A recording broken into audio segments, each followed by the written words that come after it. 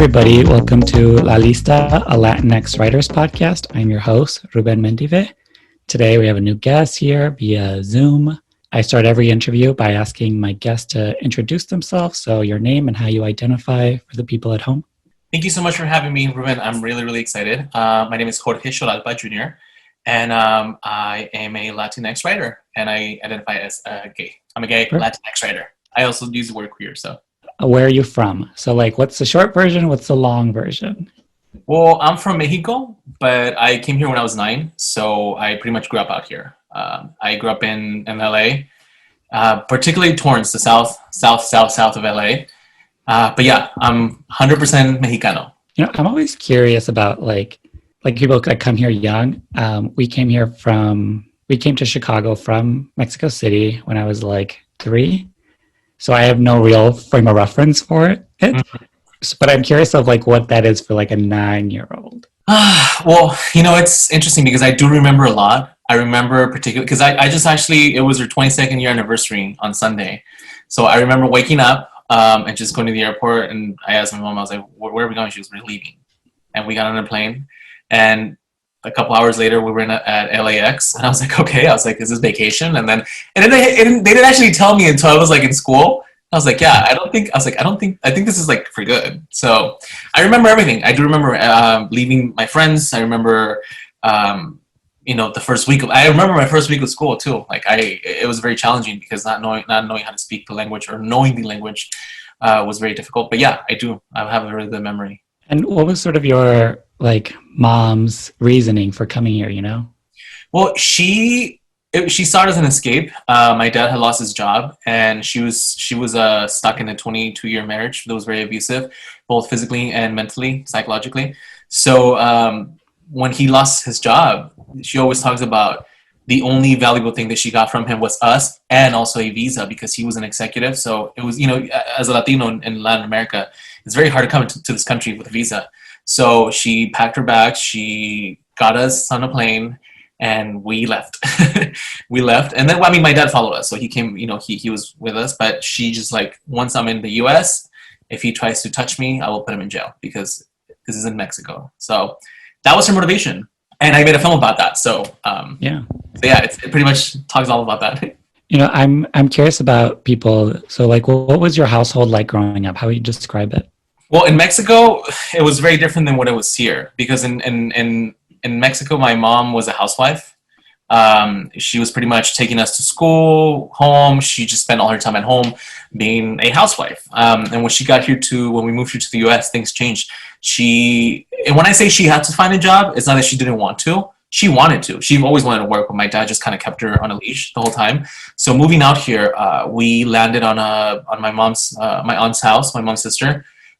About 14 people lived in a 1-bedroom little tiny mobile home, and our lives changed. We went from having our own rooms and having our own stuff to sleeping in the living room with 12 other people, and her trying to figure out how to get to her job, how to use public transportation. Because again, it's not that we were wealthy or we lived a wealthy life out there. It's just that because my dad worked as a banker, everything was just kind of by the book. This is what we do. If we go out with our parents, or just different. The lifestyle was just very different. So coming out here was kind of for me, it wasn't, because I was 9 and I was also transitioning growing up, but I could see it was a shock for my siblings because they're all older than me. They're all between 10 and 12 years older than me.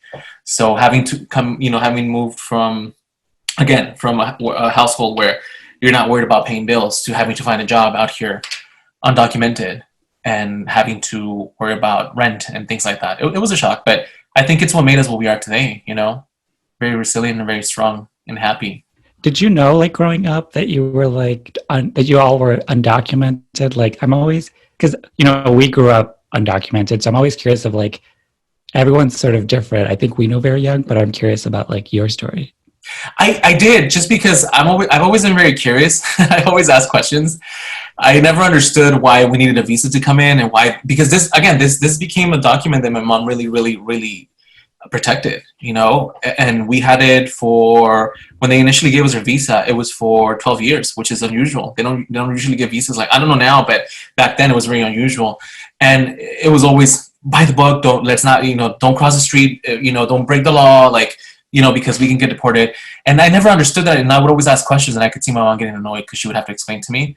But, it had to be done, because coming to this country with family, with like second, like aunts and uncles, I'm not sure how other people's experience is, but you expect family to help you out, and sometimes it turns out to be the worst thing ever.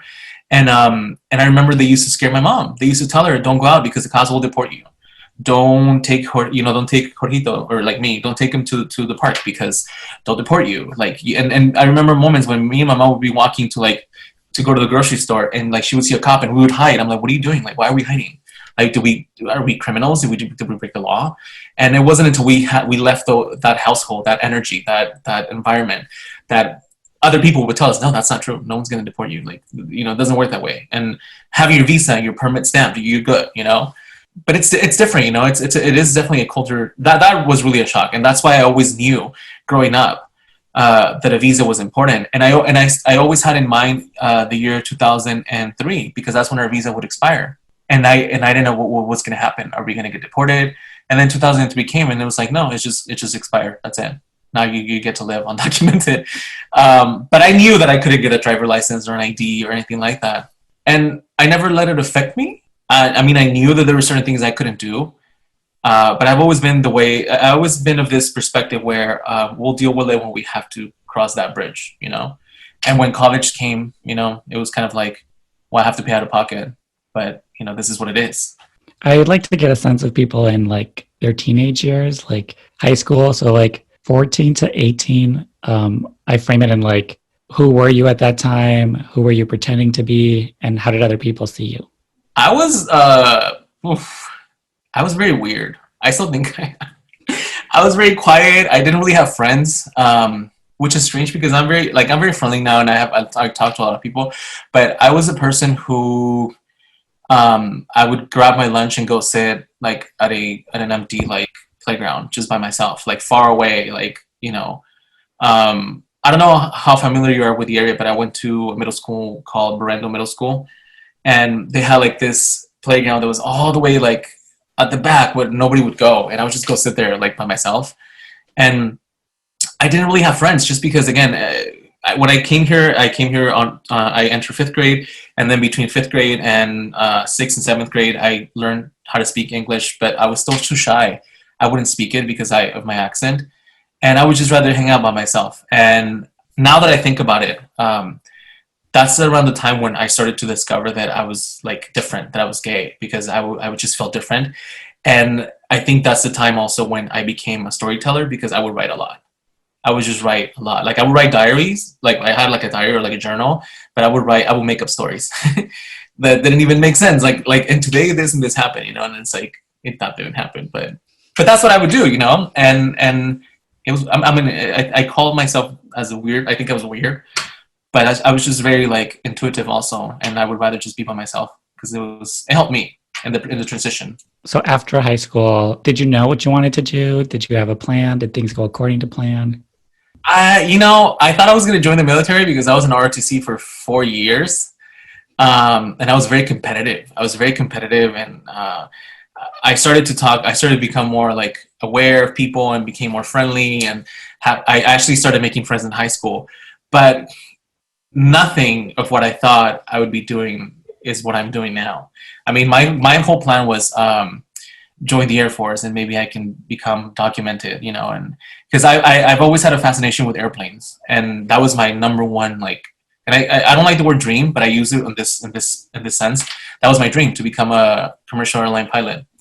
And I always talk about how I didn't do it because of my vision, because I just couldn't, but that's actually a lie. I didn't do it because I was undocumented. It was just impossible. Like, there's no way. Like, schools don't. That's like one of the careers that you can't. Even with DACA, because as soon as I got my DACA, I couldn't do it because you have to travel outside the country and whatnot. So that was my dream, and then that didn't happen. So I went to college and majored in political science. I am curious about like DACA and that transition. Mm-hmm. Just because like. My family, we were able to become residents and eventually citizens.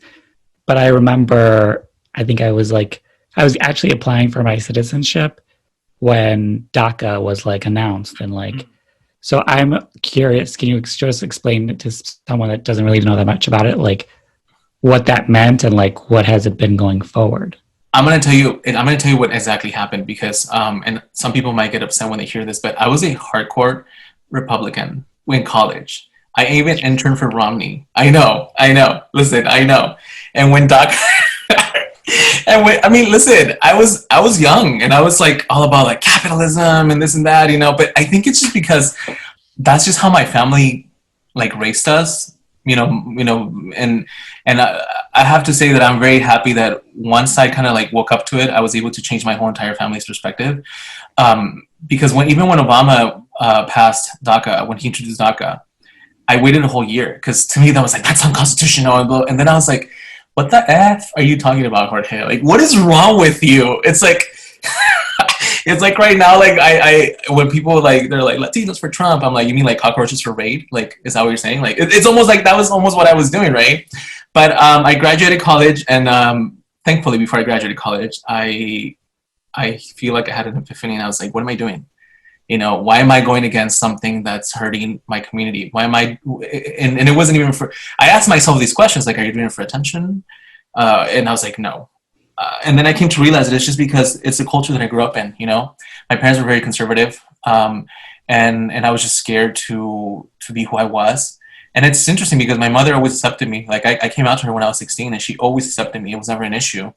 So when DACA came out, the fact that I stood against it so strongly, this just makes me feel a little bit ashamed of myself. But I'm glad that I changed. And when it came out, the year after when I applied for it, and I saw that it would help me get into grad school and continue my career, I was very grateful. Just because, and I still am, even now that it's been rescinded to 1 year only. Like I'm still very grateful and thankful because it has allowed me to open doors that I didn't think I would ever be able to open.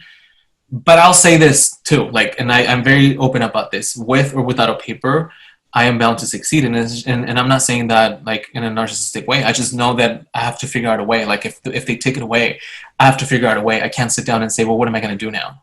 Thank you, President Obama, for DACA, and I hope that something better comes out in the next couple months because we need it.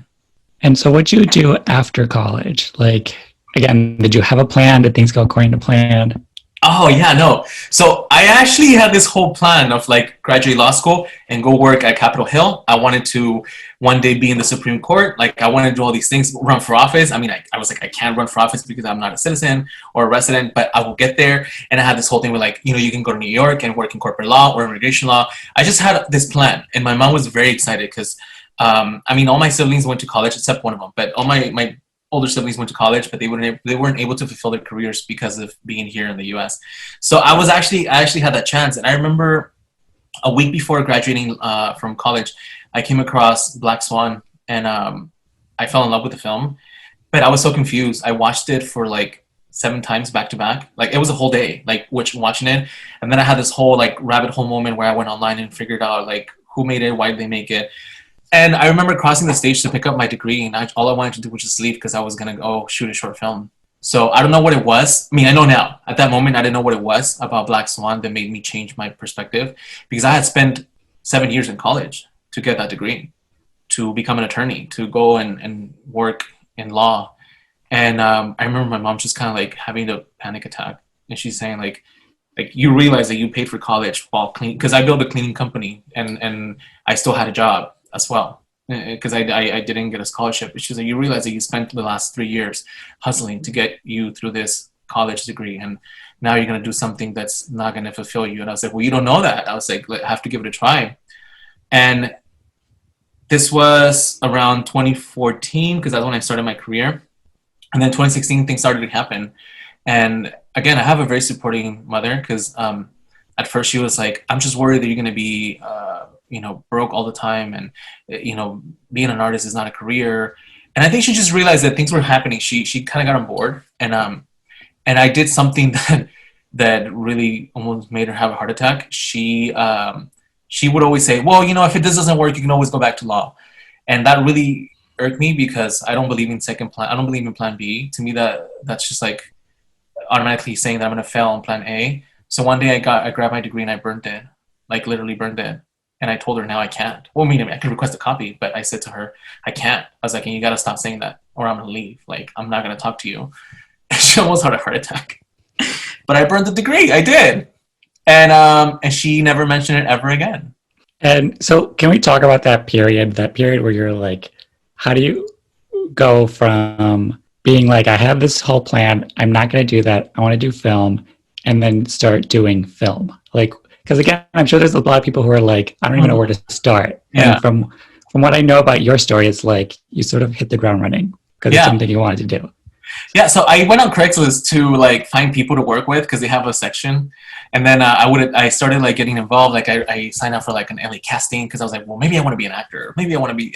I didn't know what I just knew I wanted to go in the entertainment industry. And my excuse was, well, look, mom, I'll get famous one day, and then I'll go back to politics and run, and people will like me. I know it sounds stupid, but that wasn't really what I wanted to do. That was just kind of like my excuse to like keep my mom off my shoulders. But no, I met a couple. I was able to meet a couple people on Craigslist and people that independent filmmakers. But I never ever came across a Latino or a Latina. Never. Like I would never. And I didn't really think much about it, but I did feel like it was a reason why I wasn't being able to make projects, just because the consensus was always, well, you're not a you're not a film graduate, or you don't know what you're doing. Like, you're very new to this. And that actually drove me to depression. 2015 was one of the hardest years for me because I had this whole shock where I started to think, like, man, I left my career for something that is probably just a dream that's going to turn into a hobby. Nobody takes me seriously. Nobody wants to give me a chance. Nobody wants to help me do a short film, and people don't have to, like, it's not their responsibility, but I just felt like I wasn't welcome to this industry.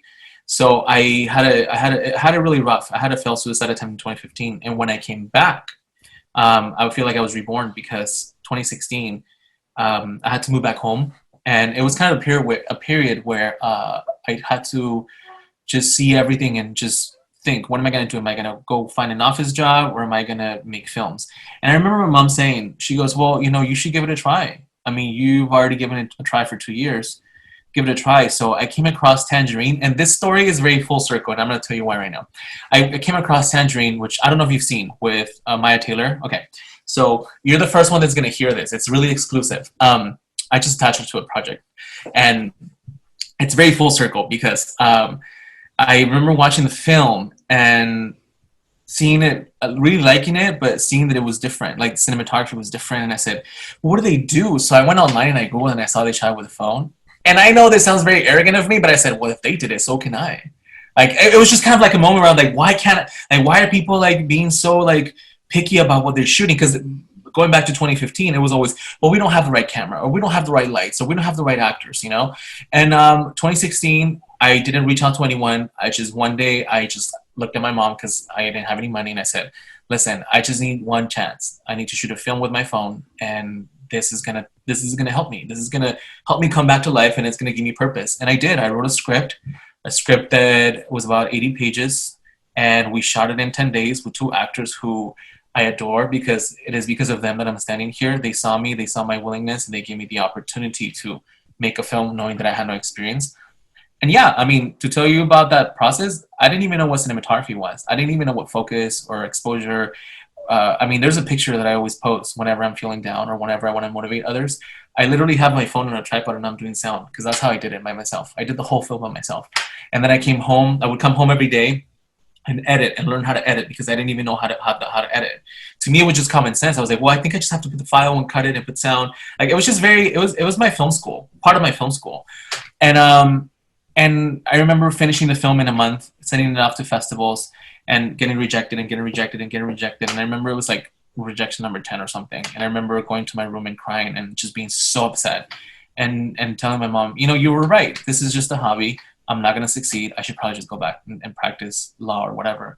And, my mom said something really important that's always engraved in my head. She goes, well, whatever you do, I'll support you. But just remember that you can be miserable at an office job or be miserable still trying. No one's built a career in a year. And that was really strong. I mean, for my mom, my Mexican mom, to say that, So I stayed. And then after that, things started to happen. I mean, my film started getting to festivals. And, you know, after that, I made other films. But the reason why it's full circle is because I always say the tangerine saved my life. It's the reason why I am still alive. It gave me a chance and a purpose to see that I could do something. And I just attached Maya Taylor to a film that I'm doing in 2022. And I got the chance to tell her the story recently, and it was very special. It was very special because I didn't plan it that way. I didn't really plan it that way, and the universe just knows how to do its magic. Yeah, and you know, just sort of what I've noticed from like watching you, like you're making film after film after film. So like talk us through that sort of process and way of thinking. Yeah, so it's a very calculated process now, and I sort of kind of build a formula where I make a film a year, one film a year, just to keep a schedule going. And it's usually around February when I shoot the film. And after Blue Line Station, you know, came Valentina, my second feature film, which was around, again, 80 pages, and we shot in 7 days, which was insane. I mean, that's not, you know, I don't even know how I did it, but I did it. And it was just me and my DP, and I was directing and doing sound at the same time, and it was just that ambition of and kind of a guilt also, in the sense of like, I can't believe I've almost ended my life for the fact that nobody would help me, and that just sounds so petty. Like, and now I understand that it's no one's job to help me. That's why it's no one's job to try to come and say, here's this, you know? And it's kind of a mentality that you get in school, not to go off tangent, but real quick, it's like a mentality that you learn all these things in school, but what they don't teach you is that you have to go out and fight for these things and work for them. They teach you theory, but they make it seem like it's easy and you're going to go out there, and because you have a degree, they're going to hand things to you. So that was kind of my mentality. I realized that it was going to be hard, but it wasn't going to be impossible. It wasn't going to be impossible. So as I was shooting Valentina, I was already thinking of my next film. And then once we wrapped, I would sit down and write it, and then get it ready to shoot next February. So that's what I do. And that's when I did Sweet Caroline. And Sweet Caroline was kind of a flop. I don't even know why I said that, but it was. It was like a very ambitious film that I adore. It's deep in my heart. But that was the moment in my career where I understood that I aspired to make bigger things, but I had to also take the time to make them right, because I was starting to become this filmmaker who was just making films, and he didn't care, and I didn't care how they would come out.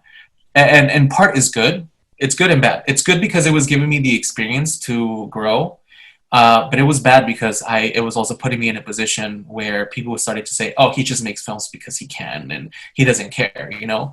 And that's the other thing too, that making Sweet Caroline changed my perspective about a lot of things. One of them being, stop caring what people see me. The way people see me, that's kind of their problem, not mine. But I had to be conscious about that, because it had to benefit my craft. Otherwise, I didn't want to become that filmmaker. So after Sweet Caroline, I took almost a year off to work on myself and to work on my craft. And 2018 was a really, really amazing year, because that's when I turned 30. And I said to myself and my mom, because she's my best friend, she lives with me, so we always talk. And I said, listen, I need to use this discipline on myself if I want to succeed, you know, if I want to continue. And it was around the time where I was around 390 pounds and I lost about 160. It was just a big transition in my life, big transition in my career. And I waited a whole year. I didn't make a film in February. I made a film in April, and it was the one that's based on my mom, which has me in this position now, which is I'm so grateful and so happy. But I hope that answers your question, because you were asking me how I went from film to film, and It's just always been about getting it done, you know. And part of my formula is taking a look at my resources and saying, well, if I only have access to, you know, this hat and this table and this computer, how do I make a film around that, you know? And that's what how I've been doing it. It's hard, you know, it's really hard, but it fulfills me, because I do believe the challenges is what makes an artist better. So now I finished my newest film in February of this year, and I'm getting ready to shoot my new one in a couple months. So I just, and then I'm shooting a series of premieres on November 27th. So, and sort of how we got introduced is you invited me to a screening of your Iron Lady, which was at I want to say the Mexican Embassy. Is that right? Yes, the Mexican Embassy. Yeah, or consulate. Yeah, either way. Yes. Yeah. again, I go to whatever just because I'm always looking for new writers. I'm always looking for new people to interview. And what I sort of loved about that like premiere was, first of all, how Mexican it was. It Yes. was so Mexican, like the food and mariachis there.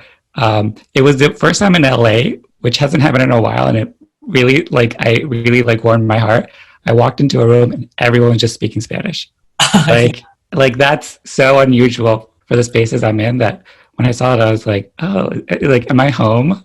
Um, but what also really impressed me, the film, first of all, because again, it's like, I don't know anything about this dude. I'm showing up. Let's see what it is. But what also impressed me was like the turnout, the like community that came out. And that's honestly why I was like, oh, I have to talk to this person. So can you just sort of, because this is what I've noticed about you and from the film, it's like, this person isn't playing. They're like super professional. They're like treating this like this is their career. This is what they're doing. And they're working at like the highest level that they can. I don't know, because you just see like self-taught filmmaker who's just making these films, and then at the level that you're doing it is like shocking to me because I'm just like, who knew we could, and here you are doing it. So can you sort of talk about how that all came to be?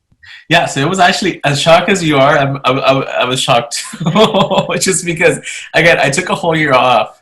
Like I didn't do anything, and then I did I did Your Iron Lady April 2019, and then I took the whole entire month of May to edit, and then we didn't know what was gonna happen because I'll be super honest with you. Your Iron Lady is a very special film to me. It's very close to my heart. It's about my mom, but it's also a very different film. It's a very different film. It's very artsy. It's very artistic. It's very, you've seen it. And, it's kind of those films where people either love it or they hate it.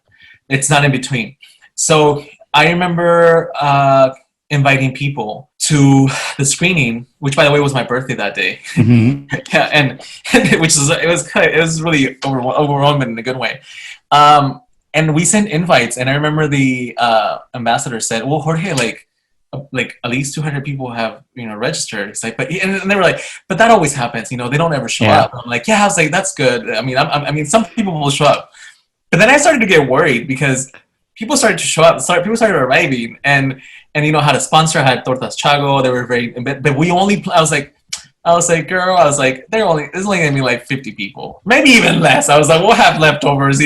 She had to like send people to get more food because like they had to cut the. It was amazing, but when I started seeing people come in and then people waiting outside, and I was like, man, what am I gonna do? And that's when I realized that I've been doing this for since 2000. I say 2016 again because of everything that happened to me prior, but I've only been doing this since 2016, and people really turn out to come out and support, and people were really, a lot of the people that showed up I didn't know. I met that day. And it was a very wonderful experience because I got to meet people, and thank you so much for your kind words, because for me it's like it's all about having fun and introducing work, but for me it's like this is my career, this is what I do for a living, and to me it's like when I walk into set or when I walk into a premiere, to me it's like church, because I also go to church. That's a whole different story, but I respect, like it's like I have this respect for it, and I had some. In the part that really excited me is that I saw executives show up from Netflix, from Lionsgate, people that I didn't even think were going to show up, people from 824, like, and I felt so bad because I couldn't talk to everybody, and then at some point people were just like leaving, and I was like, I hope people are, like they're not disappointed, but it was an experience that I'll never forget. And thank you so much for coming, because obviously you didn't know who I was and you still came out, and that means a lot, Ruben. Like that really means a lot, because I made a comment recently that maybe I shouldn't have, but there was this critic who wanted to write a critic on my film, and I was like, cool, but I had to call this critic out, because when my film came out, we reached out to all the critics, and I got a lot of backlash for my film, and things started to change after I started getting award buzz. And I will never shut people down. Like, I understand it's a job and you have to go where the story is, but I feel like I've received more attention from white critics than Latino critics, and I didn't want to say it that way because I don't want to pin one against the other. But unfortunately, I'm always supporting people. I will always show up, no matter what it is. But I feel like there's not a lot of Latinos that do that. They don't support each other. And we need more of that, particularly now, whether it's a film, I don't know, whatever kind of artistic point of view you want to see it, we need to support each other. And the fact that you came out, I really appreciate that, because you didn't even know who I was, and I hope you enjoyed the movie, by the way, and the food and the mariachi and everything. But yeah, it was a large turnout. I was overwhelmed. I was like, oh, like this is insane, but cool. Yeah, and just like what you mentioned is like I've also noticed that too within our own community. I think we're very good at like shouting out the people that are already at the top. Yeah. But I see so many people. I see you as someone who's like just simmering, just boiling over the surface, and I think like it's like we should also be directing our support to content creators and filmmakers like you who are like constantly churning out stuff. And it's like, yeah, you're trying to get noticed by like all these like gatekeepers, but also like if we all also back you up, that's showing like, oh, here's an audience. Look at all this. Like people won't shut up about me. Like, and I think that's some of the work that we still have to do of like, and I don't even know why that is, but I think, I don't know, maybe it's just marketing and CBS is better at it than they have more resources. I think it's a culture. I think it's culturally. Sorry, not to go, but I think we're from so different. We're all Latinos, right? But we come from different culture backgrounds that we often forget that we're Latinos, and no matter what happens, we should stick with each other. That's how I see it. I try to support as much as I can. I really do, because it's free. It doesn't cost me anything, and also because I believe in people. I made a promise to myself and to the universe that if I ever get a chance to be in a position of power, that I will help the Jorges of the world, because God knows how I looked and looked and looked, and again, everyone does this, knocks on doors, but I really just had a vision, and I am very happy to be alive today to be able to fulfill that. And I also think it's also like acknowledging how much power we do have. Yeah. Because I think that's the other thing. It's like, well, what can I do? And it's like it's the same thing when I started this podcast. It's like, who am I? But I believed in like, well, who I wanted to like shout out and uplift. And it's that simple. Like everybody can do that. It doesn't have to be a whole podcast or a festival or anything. You just be like you putting someone's name out there, cheering them on. I think that's something that we also need to learn, that it's like individually we have a great collective power. We do. I was very excited about that premiere just because I like went home very happy. It was a long day and you very cheered me up. But I described the film to a friend of mine as like the Mexican American Roma. Like, thank you. Because I felt like that was, because, it was very much similar to my own story. It's like you come here as immigrants, you don't really know what's going on. It feels like the whole world's against you, and you really only have your family and your parents, your mom to like see you through it. Yeah. And I also really admired from the film, because you said it's a little experimental. Mm-hmm. And I'll be honest, within the first like 2 minutes, I was like, like what did I sign up for? But then I was like, this is a filmmaker who like isn't afraid to like challenge themselves, to like take risks, to like make an art form. And like I was all in on the film just because again I was like, this is someone who's like fearless, first of all. So I love that. I've seen another one of your films and some of your web series, and I'm like, this is someone who's like not scared to like go out of the box and do their own thing because it's what they feel is true to them.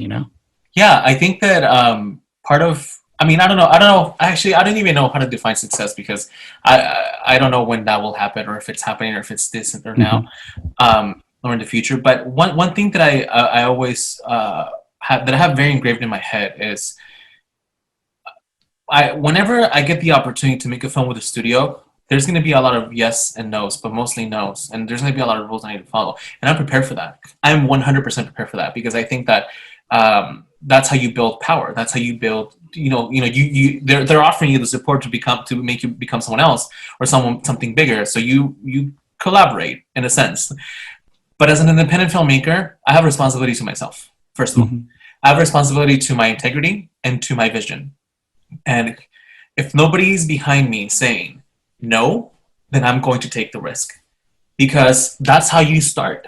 If you think about the directors who either have won an Oscar or are up there in the ladder and I'm not saying that, I mean, I don't know if that'll happen to me or not, but if you think about them, if you think about those directors, they all started doing not only experimental work, but taking risks that nobody really takes.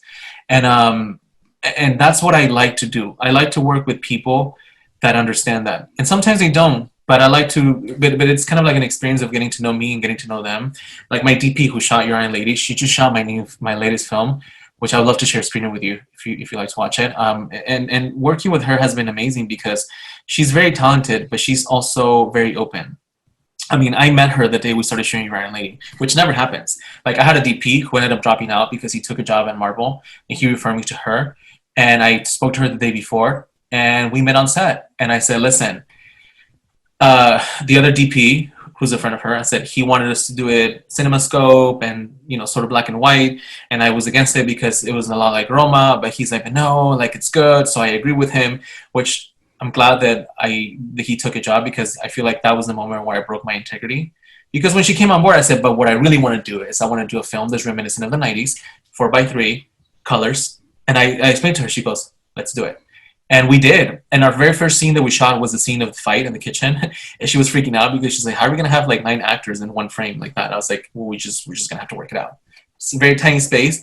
But I've always stayed true to that. I feel like I have a relationship with my craft. I do. And I have a relationship with my career. And part of that is, and for all relationships to work, there has to be honesty and integrity. And if I break that, then why am I even doing it, you know? Yeah, it's a very risky film. And I might sound biased, but it's a very beautiful film. Mm-hmm. I mean, I'm so proud of it. And I'm so proud of the places it is going. I literally have three studios that are making offers right now for it. And that makes me very happy because this is a film that we shot with $1,000. That's all we had. We only had $1,000 that we broke into 15 days so that my mom could make food for us. She made the food. She made all the crafty and stuff and meals. And everybody deferred their pay. And it was a labor of love. So I'm really happy. And I'm glad that you enjoyed it. And by the way, thank you for that reference. That's just like mind-blowing that you even said that. Because it's just, yeah, it's crazy. Yeah, no, I mean it. You know, it's like, because it just reminded me of me growing up in the 90s and, you know, immigrant, like undocumented, and like, and it was real. Like that's what it's like. I love the scene where like, I think like the mom and sister are like talking about something, and then like the little boy is like sort of like on their lap, like asleep. And it just reminded me of like when my family would have like those real conversations and I would like pretend to be asleep, but like listening the whole time and like sort of like digesting how like serious things are. You mentioned something that I was very curious about, and that is funding. Because again, I see the film and I'm just like, how much money is being put into this thing? But like in a good way. I'm just like, is this dude going like bankrupt? Is he just like putting third mortgages on stuff? Because it is very high quality. It's very I was very impressed. So like, can you sort of talk us through that? My first film, of course, like I said, we had a budget of $100 and we broke it down into 10 days to be able to eat peaks every day. And my second film, Valentina, my sister gave me $500 to do that film. She's like, that's all I can contribute. So we use it for food. Again, it's just been, it's been that way. You know, and I'm not going to go through all my films, but to me, it's always been about how do we utilize our resources, and how do we take advantage of them as much as we can. So again, I always write my scripts based around my resources. Of course, story matters. Story is very important. Mm-hmm. But I think what has really helped me is that the fact that I didn't go to film school, because I'm very flexible. If something's not working out, then let's change it. Let's change it so that it works. I don't think I've ever had a moment on set where I say, well, this is what it is and this is how we have to do it. And I respect those directors because I think that's great. You know, you have your vision. My vision is telling the story and getting it done no matter what, so long nobody gets hurt in the process. Nobody's harmed in the process. And I'll give you an example for Valentina. I don't know if you've seen Valentina, but for Valentina, we have a scene that takes place in a furniture store. And I remember showing up to the furniture store at 7 a.m. And I knew the owner because I had bought furniture there, but we weren't like friends or anything. So I showed up and I said, hey, listen, I'm shooting a short film. Do you mind if I shoot a scene? And he was like, sure. He's like, but we open at 10, so you only have 3 hours. So we ended up shooting 17 pages in 3 hours. I brought up like, I had everybody show up. By the way, I had everyone show up, and I just hoped that the universe will allow me to shoot there. And we did. We had about like 30 extras, and we made that scene. And you know, I've always been kind of that person that's like, let's just go for it and see what happens. And part of the quality, the technical quality aspect, to me, I've been very blessed and lucky to be able to work with very talented DPs. And I can't stress enough by saying this. It's not the camera. It's really the DP. It's really the cinematographer and the gaffer and the people that come together and that help you fulfill that vision. You know, because you can have a camera. I don't even know. I don't know if you know about cameras, but I don't even know much about cameras because I really don't. I mean, I should care, but as an indie filmmaker, I care more about the story. And you can have a Red or an Ari or whatever that shoots 6K, but if you don't really have people that know how to use these tools, you won't be able to succeed or get what you want. And you know, with your Iron Lady, it's been a journey where, like, again, people really like it or people really hate it. And I remember after the premiere, I got a lot of calls. I got a lot of calls from a lot of colleagues who didn't like it. They thought that the cinematography was nasty and this and that, but what they didn't understand that was just the style. I mean, why don't you turn on the TV and watch a movie from the 90s? That's how they looked, and that was my point. That was my artistic vision. Yeah, I could have made the cinematography look very clean and nice, but that wasn't what I was going for. So the fact that we were able to achieve that, to me, that's a win because that's what I wanted, and that's all because of my DP. You know, we had a great camera and great lens, you know, package, but it was my DP who knew how to work those tools. And it was all shot in natural lighting too. So it's all about just working with the right people, working with people that believe in themselves the same way you believe in yourself, and being able to create something together, you know, because having $1,000 budget is pretty much saying we have no budget, and no one believes me. People think that I'm saying that as a marketing strategy. No, like really, like it was $1,000. That's it. Like really, that was it. And so like you mentioned that you're currently like working on a web series. So like what got you, because you've made a couple, so sort of what got you into doing that? So it's actually a series that's going to premiere on Amazon on on November 27. And I love dramas. I love dramas like Big Little Lies, Sharp Objects, you know, things that go on HBO. What I don't like is that I never see Latinos. And, you know, I've been in rooms where I pitch stuff, and these executives always say, well, it's just not believable, you know? And, you know, it's not believable because you're not taking a risk. So during the pandemic, we're still in the pandemic. During the stay-at-home order, in the last couple months, I came up with a story, an idea about a gay couple that's been married for 12 years now. And one of them starts having a dream that just pretty much begins to dismantle their marriage. And it's in the vein of Big Little Lies and Sharp Objects. It's a drama thriller. I'm acting in it just because I've always wanted to act. I've always wanted to be in front of the camera. And I got the chance to do my first feature in December, and now I'm doing this, which is really awesome. But to me, it was just more important to do it because I wanted to see a story about Latinos that went against everything that everyone believes. You know, I mean, this guy's a writer. The guy that I'm playing, he's a novelist, and he has all these psychological issues, and you know, it's very layered, and you know, his parents aren't the typical, you know, gardener or like the typical house, you know, cleaner. I mean, nothing wrong. Those stories get told all the time, but this is it's a different kind of story, and I really wanted to do this because I had recently had a conversation with an executive. And this person had said to me, again, you know, these things aren't believable. They're just not believable, and it's not going to happen. So the fact that I'm doing it now and that it's happening, I hope people resonate with that, and I hope people understand what I'm trying to do, just because it's important. It's very important. And also, that's not even mentioning like how they portray gay culture in television. You know, it's always the stud or the jock, the white dude, and like the blue eyes and the beautiful person, and it's like, that's great. That's amazing. Who doesn't love some good eye candy? But the point is that that's not how the world is. That's just not how it is. And it annoys me because, again, I don't judge at all. But I grew up. I didn't grow up the way they portray gay culture. I just didn't grow up that way. And you know, I want to tell those stories. I mean, I'm working on a pilot right now that I'm hoping to shoot next year, and it challenges everything that the industry says that we're supposed to be, and that's the only reason why I'm doing it. It's because it's time that if we want change, we have to do it ourselves. And so I was talking to like a friend of mine, and they're moving to LA in October. And he was sort of asking me, because, you know, I talked to a lot of people. He was asking me what the indie film scene is in LA. And I didn't really have an answer for him. So I'm curious, like, so I'm passing along his question. Elias, shout out. What is the indie LA film scene?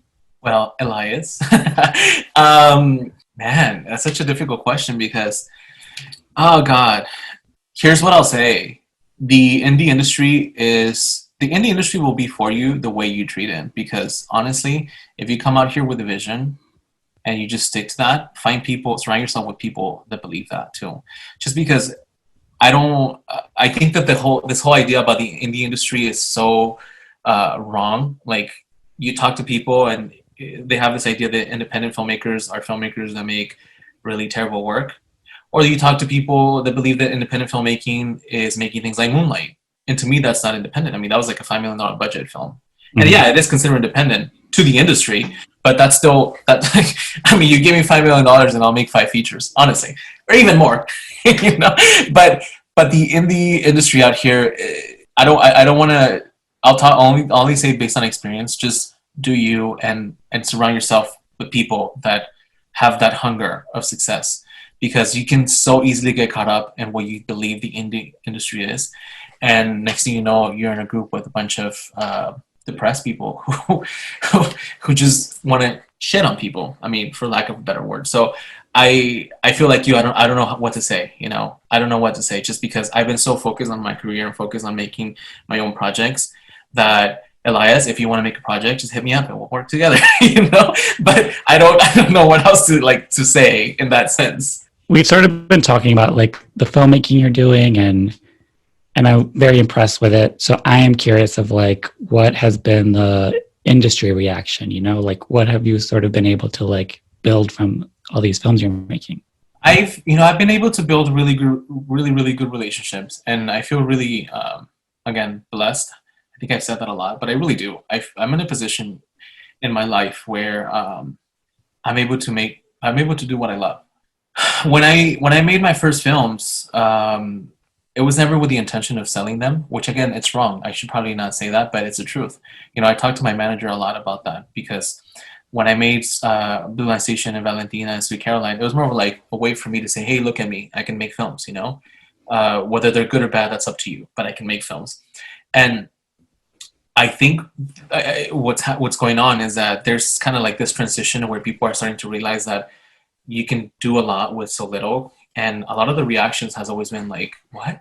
How do you do that? How did you do that? You know? And it's hard to explain, because again, I talk about my formula, but everyone's different. You know, what worked for me might not work for you. What worked for you might not work for me. And that's totally fine. But I've been very lucky to be accepted with, you know, in a lot of places, or invited to, you know. I'm part of this collective called the Hlx Collective that was put together by, I'm sure you know it, by Bianca and Bianca Sada and Moises Zamora. Yeah, there you go. A bunch of other creatives, and you know, it's a bunch of creative executives that work in they're in position of power, which is really cool. And when I was invited for that, I was like, wow, like cool. Like I never expected that, and it's all because of Bianca. You know, Bianca saw my work, and she believes. She's a huge supporter. You know, she believes in me, and I always say this: she's done more for me than any other agent would ever do. You know, because she really saw me and believed in me, and you know, I met her through an agent at UTA. So the consensus always has been, you know, wow, you know, like this, you know, impression that I'm doing all these amazing things. But of course, it all comes down to my experience. I'm still working on that, and I'm still growing, and I'm still learning, and I'm happy to have. I'm happy and really excited to have all these people around me, because in some way or form they've been mentors to me. You know, these are people that I reach out to for questions or just, you know, opinions, and I respect that a lot. I respect their opinion a lot, because I've gotten so many good feedback, and I listen. I generally do listen. Like, I don't take things personal at all. You know, when I did the first cut of Your Iron Lady, I got a lot of feedback from people in that circle, and I listened. And I think that had I not listened to them, my film wouldn't be where it's going now. You know, it's just it's inevitable that when the universe puts people like this in front of you, that if you don't listen, or you don't at least be open, then who knows where you'll go. But it's been nice. It's been really nice. You know, I haven't had a moment where people have shut me down. Oh, I mean, actually only once, but that's, you know, it happens everywhere. But yeah, no, it's always about, wow, it's so interesting the way you're doing things, and it's working out. And so I've also noticed that you've gotten some like award buzz. Can you sort of talk about that? Like how, where do you even start with that, and sort of what has been that process? Well, I'm still trying to process that process, just because you know, COVID hit, and it kind of just destroyed all our plans for my film, Yarn Lady. But then as soon as a lot of the bands started getting lifted all around the country, my film started to get picked up and at festivals, and I started traveling to festivals. And then after I got back from the Florida Film Festival, I noticed like a shift in energy. I started to feel like the film was getting more traction than usual, than any of my other films. And it wasn't until about last week when I woke up and I saw that the Golden Globes had shared the trailer for my film, which was amazing, because I called my manager and I was like, hey, like, did you see this? And we were just kind of freaking out. And you know, that's when I learned that I became eligible for, you know, for award season. And, you know, as a Latino who is DACA and gay and just working independent cinema, I already feel like a winner, just because this is to me, this is historic. Like, whatever happens, I already feel like I won. But it's amazing, because I know how many of us think about that moment. And I can tell you that this doesn't feel like anything I thought it would feel like. And I'm excited. I don't know what's going to happen. I have faith, just because the film is getting a lot of attention. But, you know, at the end of the day, this is not what we make films. For me, it's more about making films, not for the accolades or the recognition, but more about the reaction that it makes in our society, especially particularly what we're going on right now. You know, this film is very reminiscent of what's going on right now in our country with immigrants, with Latinos in general, and I'm excited about that. And I keep saying that it's more than just a film, it's a feeling, and everyone's resonating with this. It's mothers, daughters, grandmothers, Latinos all around the world, and that makes me very happy. That's the biggest award that I can get. So I'm happy. I'm curious about like the themes that you see that pop up in your work. Like, what are the stories that are attractive to you? Mothers, a lot of mothers. A lot of my films surround mothers, stories about moms, women, and just like the value of going through a hardship. Because, you know, there's a reason why we go through hardships. I think not the idea that it makes us stronger. Yeah, that's one of them. But I think it's also because we get to learn and we get to evolve. And a lot of my films, all my films actually are about mothers. And I mean, it's kind of fine line. There's a fine line between that, because of course I'm not a woman and I don't know what it feels like to be a mother. But being able to collaborate with women, to me, it's always about, this is a story I want to tell, but I won't tell it if you don't get involved more in it. Because at the end of the day, we have to tell the experience, a woman's experience, and I like to collaborate on that with my actresses so they can feel more authentic, or actually authentic. But it's mothers, and they're all inspired in some shape or form on my mom. Just because I feel I always say this, I feel like my mom is one of the best actresses I've ever met, just because she stayed in a marriage for 22 years, and she was physically abused and psychologically abused, but she never let us see that.